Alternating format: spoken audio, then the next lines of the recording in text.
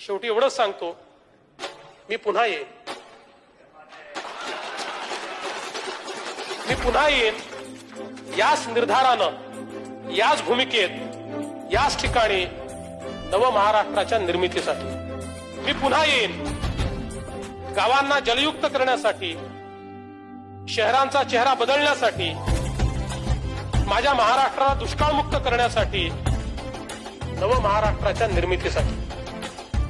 मी पुन्हा येईन माझ्या युवा मित्रांना अधिक सक्षम बनवण्यासाठी, माझ्या बळीराजाचे हात बळकट करण्यासाठी, नव महाराष्ट्राच्या निर्मितीसाठी. मी पुन्हा येईन याच निर्धारानं, याच भूमिकेत, याच ठिकाणी प्रत्येक व्यक्तीची साथ घेत, त्याचा हात हातात घेत, माझ्या महाराष्ट्राला एक नवीन रूप देण्यासाठी, नव महाराष्ट्राच्या निर्मितीसाठी मी पुन्हा येईन.